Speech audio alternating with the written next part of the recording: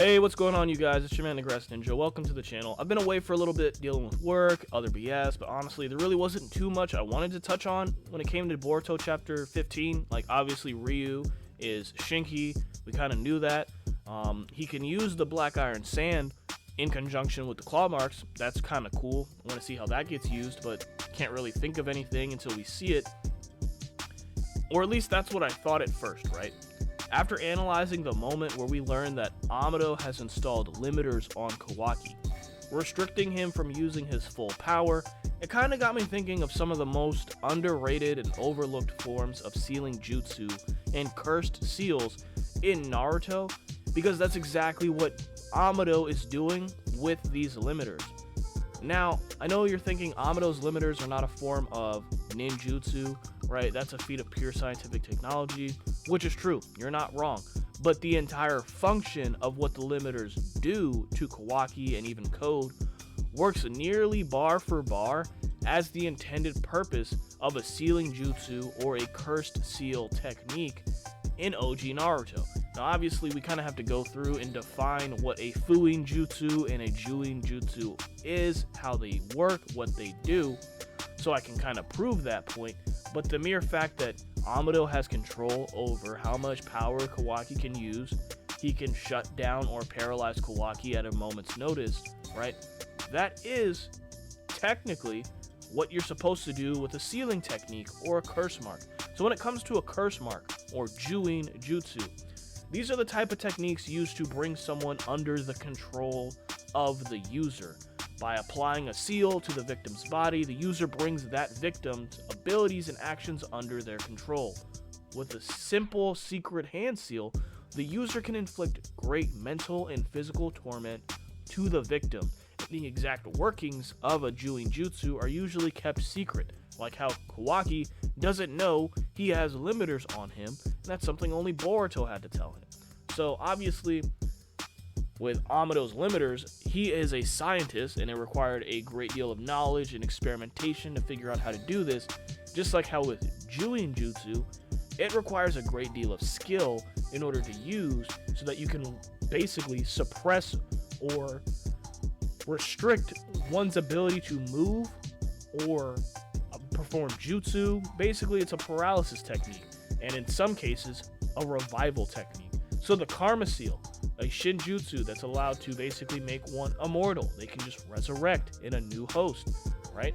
That could also be looked at like the Curse Mark, because we've already compared the Karma Seal to Orochimaru's Curse Mark technique, where he can basically control, influence, supply power, right? He has some sort of control over those who have the Curse Mark. A lot of the people who got Orochimaru's Curse Mark became undyingly loyal to Orochimaru, and then if they did, right, fit the criteria, Orochimaru could just revive himself through their bodies, right? It's not like his body swapping technique, but he can basically just reconstitute himself because a part of his chakra lives in every curse mark, right?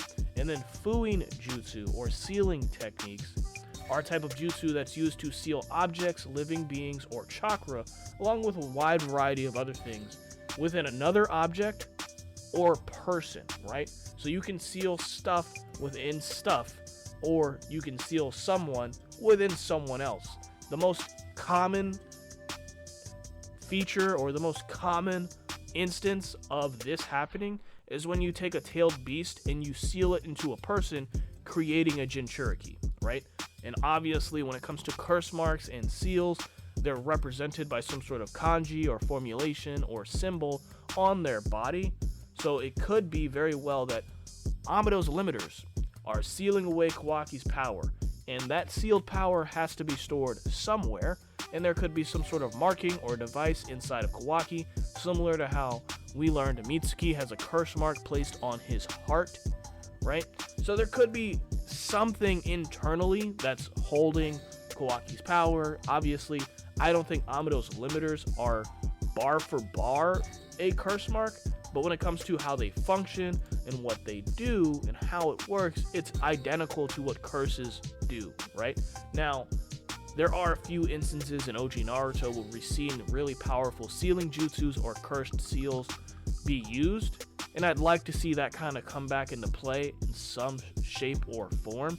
Obviously, some of these would need to be augmented because we've power crept so far away from the Naruto story that I don't think certain curse marks would actually work anymore. Certain sealing jutsus could probably be sealed by the Karma Seal, etc., etc. But let's just go over some of the overrated and underappreciated sealing mechanics in Naruto, because obviously there's a lot of overlap between a curse mark and a sealing technique, because you can't apply a curse mark on somebody without there being a seal to represent the curse mark. But I digress. When we're talking about sealing techniques, right, obviously we have the ninja tool Gauntlet that was debuted in the Boruto movie, part 1 of Boruto, early tuning exams. They basically can seal away ninjutsu in a gauntlet or in a scroll, and that gauntlet can release said jutsu at the command of the wielder. So this was obviously compared to Momoshiki's Rinnegan ability to absorb ninjutsu and redirect it back with an amplified amount of power. Those ninja tool gauntlets don't really do that. But the first instance we ever saw of this happening was actually with Jiraiya, of all people, sealing away the Amaterasu in part 1. So, refresh your memories. Obviously, Itachi and Kisame are trying to capture Naruto. Sasuke shows up, gets whooped by Itachi, gets his arm broke, gets put in the Tsukiyomi. Jiraiya saves the day by sealing up the hotel room by summoning the Great Toad Belly, or the stomach lining of the Great Toad, and traps Kisame and Itachi within them. So there's no escape. And the only way Itachi did escape was by unleashing the Amaterasu, which allowed him to burn through the stomach lining, which is said to be impossible because even the Great Toad's stomach is able to wield fire, since they can use fire release. So it spoke to the power and strength of the Amaterasu. But even back in part 1, Jiraiya was able to seal away the Amaterasu in a scroll. So this scroll sealing jutsu was able to just suppress ninjutsu, or chakra based attacks. So if I was to say launch a Rasen Shuriken at you, there's a good chance a skilled enough ninja with enough time could just seal it away in a scroll. There's a whole laboratory in Konoha where we just have ninjas firing off jutsu at these scrolls so they can just stock load on these little miniature scrolls for the ninja tool gauntlet. Now, why do I bring this up? We just got confirmation on how the Uzuhiko works, right? Boruto needs prep time in order to perform the Uzuhiko. He needs both feet on the ground so he can store up enough planetary chakra so that he can hit max power Uzuhiko. Why not pull a Batman, right? Just have some prep time, you know.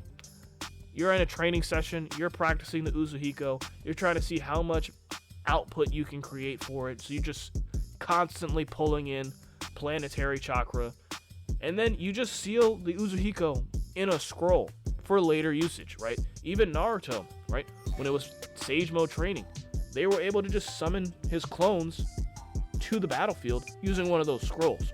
So, Uzuhiko, max power, sealed into a scroll that Boruto can just hold onto in like his pouch or on his belt, whatever, so that way he doesn't have to just sit on the floor. He could be mid-air, release the scroll, release the Uzuhiko, use it on an opponent at maximum output, say 2 or 3 times, because he's got a few scrolls stored away with the Uzuhiko in it. Now, obviously, this would be reminiscent to Sasuke, just having scrolls where he can just release weapons like Tenten, like, oh, I don't have a sword, let me get a sword.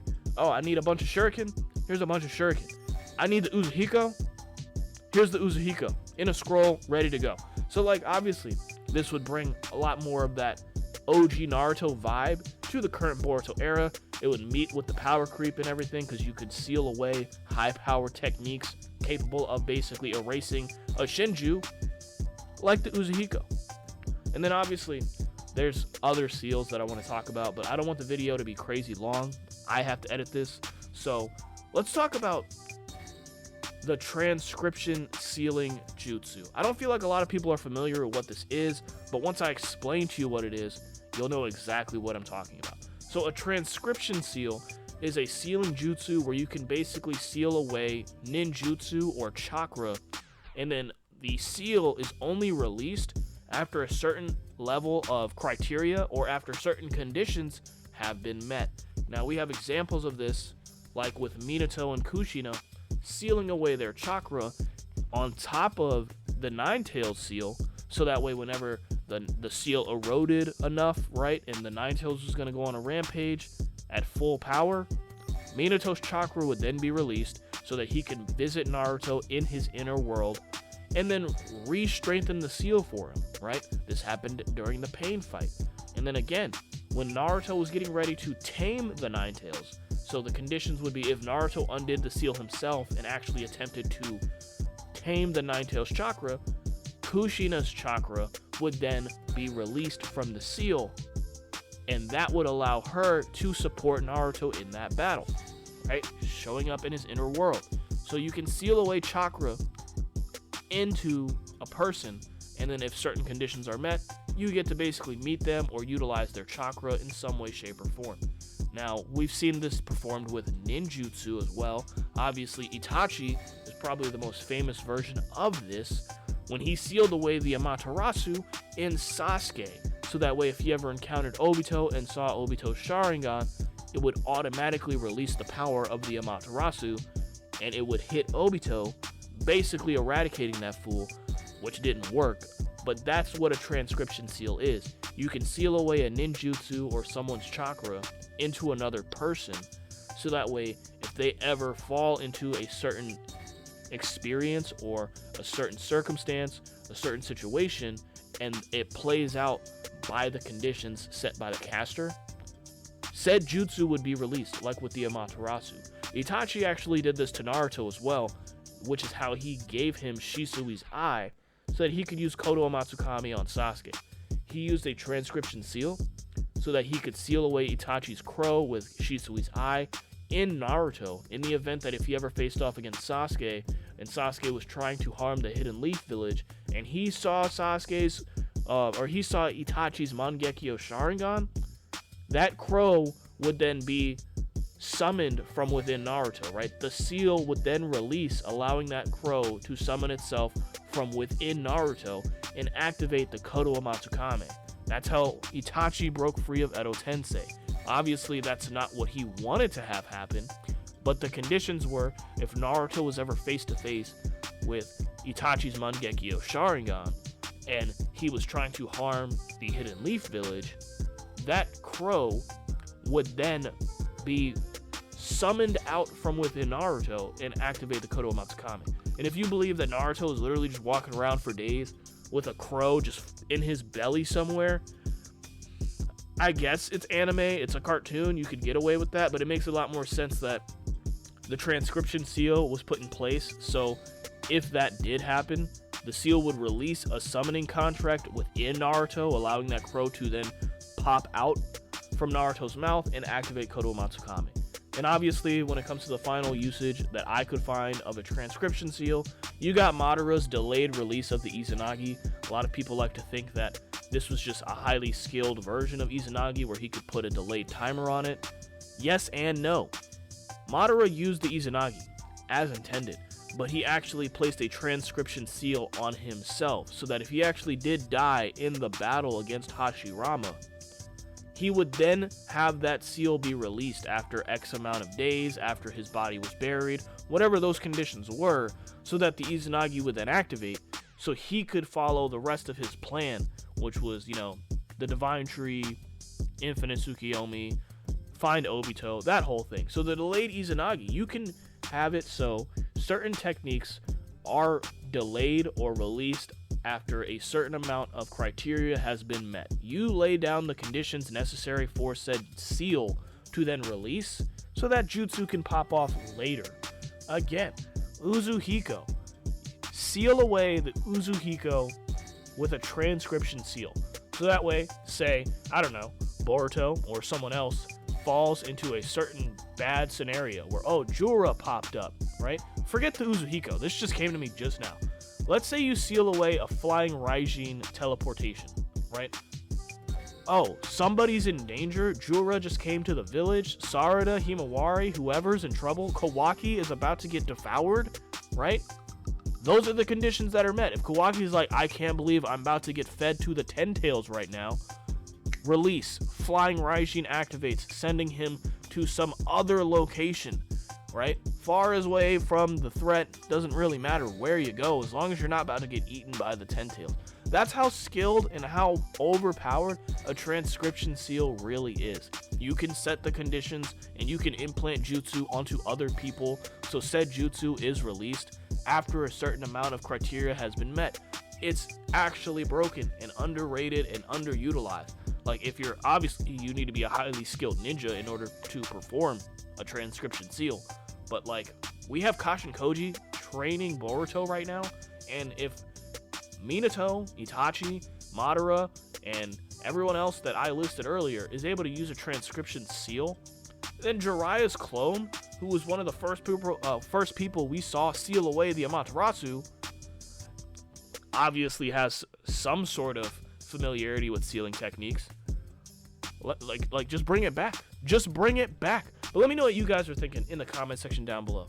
Obviously, transcription seals are super broken. I need to see that come back. And then we have sealing jutsu within scrolls. That already kind of came back, but I need to see that ninja tool Gauntlet, bro. Like, store the Uzuhiko in a scroll and just let everybody use it. Come on. And then obviously we have the caveat of Amado's limiters basically functioning as a curse mark sealing technique, as he's able to seal away Kawaki's power. What are you guys thinking about that? Is this the scientific equivalent of a curse mark? I'd love to hear what you guys are thinking in the comment section down below. Don't forget to like, comment, subscribe, and share. I've been your man's the Grass Ninja. Peace.